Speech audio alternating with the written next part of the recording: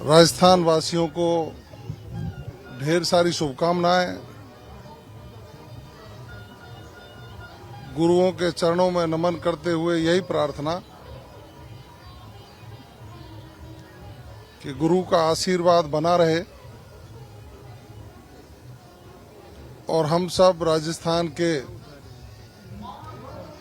उस अंतिम पंक्ति में बैठे व्यक्ति को समृद्ध कर विकसित भारत की इस यात्रा में शामिल कर सकें। निश्चित रूप से यह परंपरा वैदिक काल की परंपरा है और वैदिक काल से ही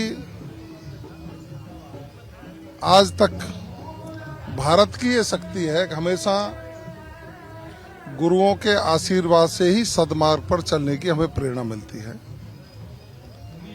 पूरी दुनिया भर में जो सनातन संस्कृति को मानने वाले लोग हैं वो बड़े हर्षोल्लास से आज गुरु पूर्णिमा के इस पर्व को मना रहे हैं। गुरुओं के आशीर्वाद लेने के लिए उनके स्थानों पर जाने का काम कर रहे हैं। प्रदेश के यशस्वी मुख्यमंत्री आदरणीय भजनलाल शर्मा साहब ने अभी श्रीनाथ जी का अभिषेक किया और ब्रज क्षेत्र के गुरुजनों का आज यहां सम्मान करके पूरी देश और दुनिया को उन्होंने संदेश देने का काम किया। हम चाहे किसी भी क्षेत्र में रहें, लेकिन गुरु का सम्मान प्रथम है। वो चाहे माँ के रूप में हो, चाहे बाप के रूप में हो, चाहे शिक्षक के रूप में हो, चाहे संत के रूप में हो। गुरु जिस भी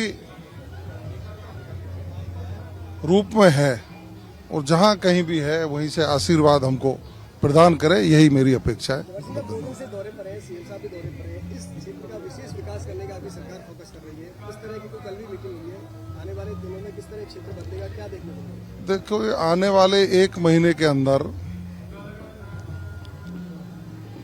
यहाँ आपको काम देखने को मिलेंगे।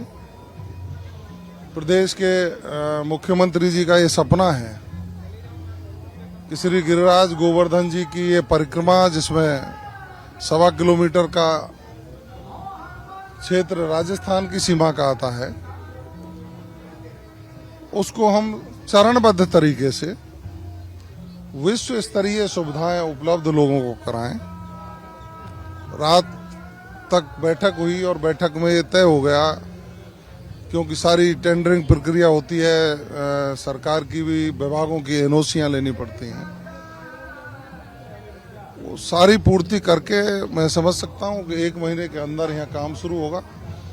पहले मंदिरों का जीर्णोद्धार और उनका जो स्वरूप है वो हमारी राजस्थानी कला और संस्कृति से जुड़ा, उसको विकसित करके उसके बाद यहाँ जो जन सुविधाएं हैं, रोड कनेक्टिविटी है, लोगों के लिए धार्मिक आस्था के संबंध में पूरा ज्ञान, उसको यहाँ प्रदर्शित करके दुनिया भर में ये गिरिराज गोवर्धन जी का ये मार्ग लोग आत्मसात करके जाएं। हाँ, कृष्ण जी की यहाँ लीलाएं हुई और उन्हीं का आशीर्वाद है जिससे पूरी सृष्टि चल रही है।